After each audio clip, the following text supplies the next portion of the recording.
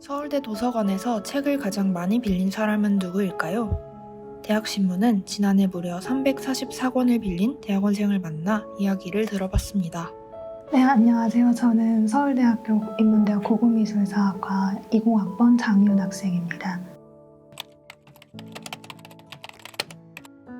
저 같은 경우는 19세기 파리 도시개발 시기에 부르주아 화가인 마네가 그린 빈민 그림들에 관심이 있는데 이런 도서들은 700권대 도서로 주로 있고요. 사료 같은 경우는 문학 작품을 많이 보는 것 같아요. 마네의 친구였던 졸라나 보들레르의 작품들을 보고 또 이제 도시개발 시기다 보니까 이제 도시개발 사업에 대한 이제 파리시의 보고서라던가 아니면은 빈민정책 보고서 같은 것도 이제 300번대 도서에서 많이 대출을 합니다. 그리고 역사 연구서 같은 경우는 900번대 도서에서 대출을 하고 네, 그렇습니다.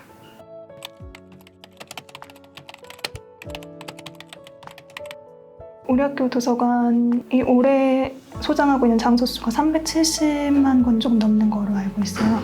국회 도서관이 313만 권 좀 넘는 정도니까 우리 학교 도서관이 정말 압도적으로 도서를 많이 가지고 있는 거죠.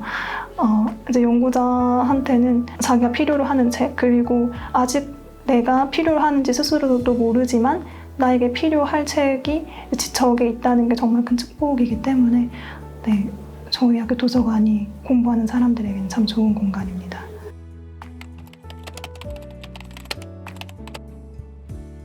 연구서 같은 경우는 좋은 대학 출판사에서 나온 책들 위주로 많이 대출을 하는 것 같아요. 그래서 예일 프레스나 콜롬비아 프레스 이런 데서 나온 책들을 주로 대출을 하고 또 이제 미술사 전공자다 보니까 저희 과에 중국미술 전공하시는 장진성 교수님께서 학교 도서관에 기증을 되게 많이 하셨어요. 그래서 이제 그 선생님께서 기증을 하신 책들이 되게 좋아서 좀 내용이 겹친다 싶으면은 장진성 기증이라고 스티커가 붙은 책들을 많이 대출을 하는 편입니다.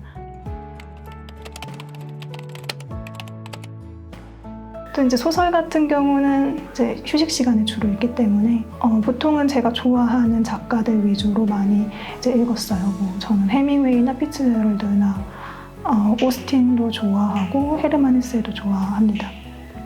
근데 이제 좋아하는 작가들 위주로 읽다 보니까 독서의 폭이 좁아진다고 해야 되나? 그래서 이제 고민을 하고 있었는데 저희 지도 교수님께서 소설은 내가 살지 못하는 삶을 살아가는 다른 사람의 삶을 체험하게 해주는 좋은 매체다라고 말씀을 하시면서 소설을 통해서 좀 시야를 확 폭장을 해보라고 하시더라고요. 그래서 제가 취한 방법이 800번대 서가에 가서 그냥 마음에 드는 제목의 책을 아무거나 고르는 거였어요. 그래서 뭐 읽은 책들이 미시마 유키오의 가면의 고백이랑 린저의 삶의 한가운데 그리고 아니에르노의 집착 이런 책들을 이제 제목만 보고 골라서 읽었었는데 되게 생각지도 못하게 저한테 많은 위로가 됐던 책들이었어요. 네, 저는 로버트 단턴의 고양이 대학살을 추천을 드리고 싶습니다. 로버트 단턴은 18세기 문화사 전공자고요. 이제 18세기 중후반에 도서 출판과 유통이 대중의 여론 형성에 어떤 영향을 끼쳤는지에 주목하는 연구자입니다. 이 책에서 이제 단턴은 18세기 프랑스의 대중이 텍스트를 생산하고 소비하는 방식에 주목을 하는데요. 농민들의 민담, 그리고 부르주아의 책 주문서, 백과전서의 서원, 그리고 장인들, 노동자들의 회고록 뭐 이런 식으로 이제 대중들이 생산한 텍스트들을 다루고 있습니다. 네, 이제 이 책 전반에서 단턴은 독서를 어떻게 해야 되는지 그리고 독서는 우리에게 어떤 의미를 가지는지에 대해서 이제 이야기를 합니다.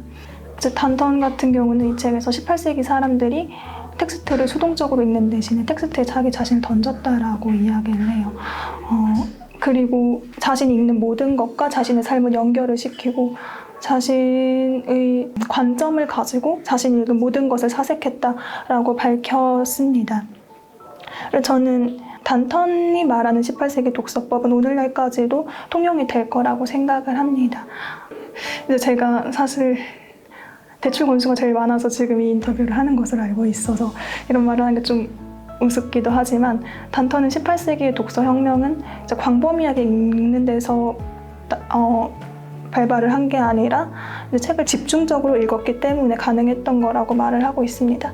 그래서 저는 좀 책을 많이 읽으면서도 더 많은 책을 읽어야 되지 않을까 하고 조급해하는 분들이라던가 아니면은 내가 책을 지금 이렇게 읽고 있는 방식이 맞나? 어떻게 하면 책을 더 잘 읽을 수 있을까? 이런 방식을 고민하는 분들에게 이 책을 추천드리고 싶습니다.